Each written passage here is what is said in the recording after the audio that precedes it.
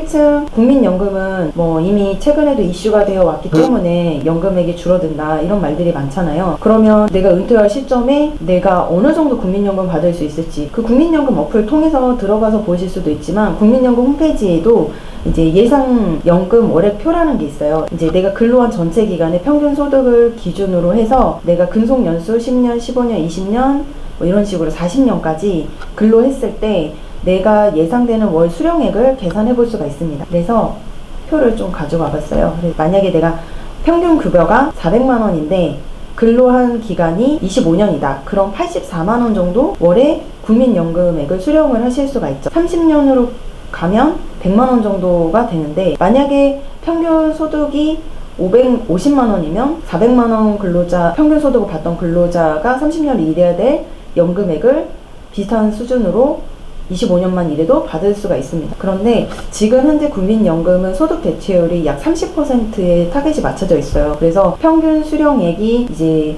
35년 또는 40년 근속했을 때 그 소득 대체율 평균 급여의 30%에 맞춰져 있기는 합니다. 그런데 우리가 보수적으로 봐야 될 것 같아요.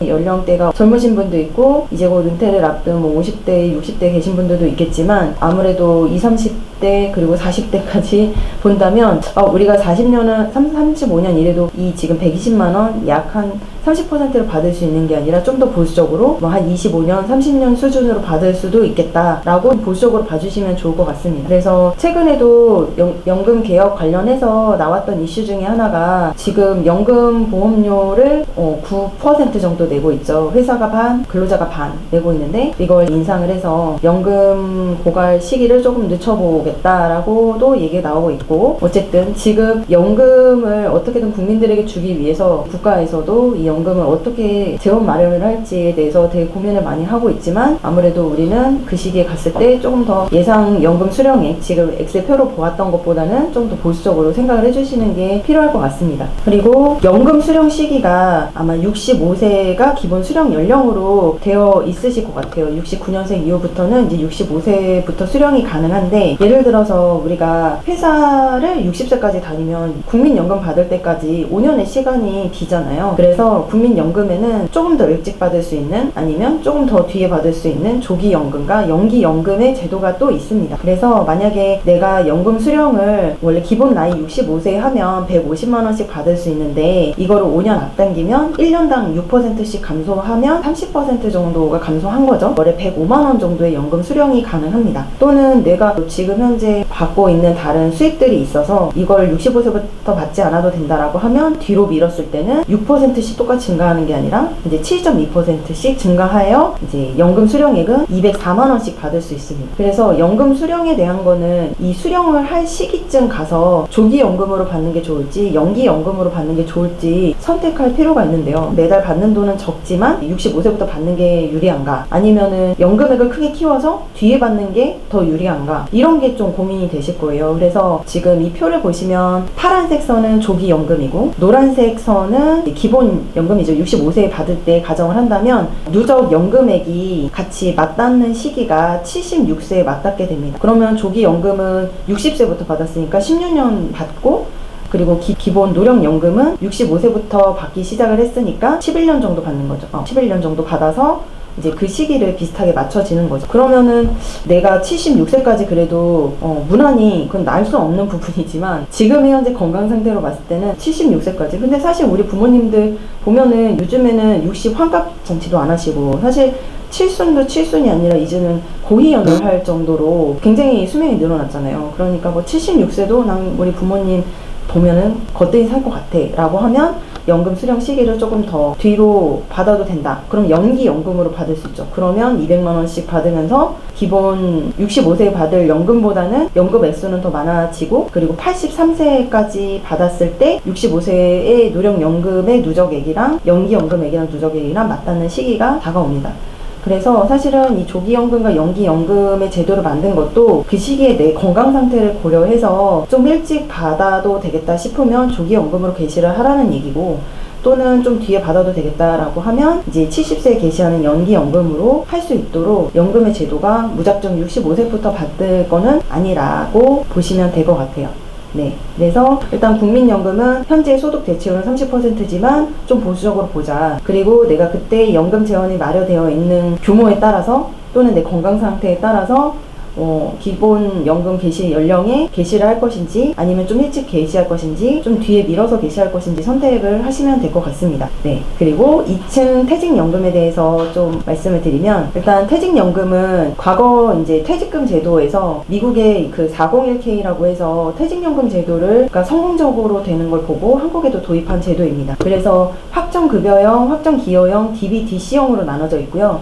DB는 기존의 이제 퇴직금 제도랑 비슷하다고 보시면 되고, 그래서 그 자금 운영의 주체가 회사가 되는 거고요. 확정 기여형은 이제 근로자가 본인이 외부 사회에 적립된 금융기관에 뭐 증권사가 될 수 있고 은행도 될 수 있고 보험사의 퇴직연금 사업자가 사업자에게 이제 돈을 회사가 입금해주면 근로자가 그 계좌 안에서 운영 지시를 하게 되어 있습니다. 그래서 확정 기여의 경우는 근로자의 성향에 따라 투자도 할 수 있고 또는 안정적으로 가고 싶다고 하면 DC 계좌에 있는 예금이나 적금으로도 운영이 가능합니다. 일단 내가 지금 DB인지 DC인지 모르고 있다면 이것부터 이제 체크를 해보시는 게 필요하겠죠. 그래서 현재 퇴직연금 시장은 규모가 점점 커지고 있습니다. 퇴직연금 시장이 성장률이 2자리일 정도로 굉장히 커지고 있습니다. 그런데 시장의 규모가 커지는 거에 비해서 실질적으로 이 퇴직연금을 연금으로서 사용하시는 분들의 비율을 보면 연금 수령 비중이 2020년도 기준 3.3%인 걸 보면 이제 100명 중에 3명 정도가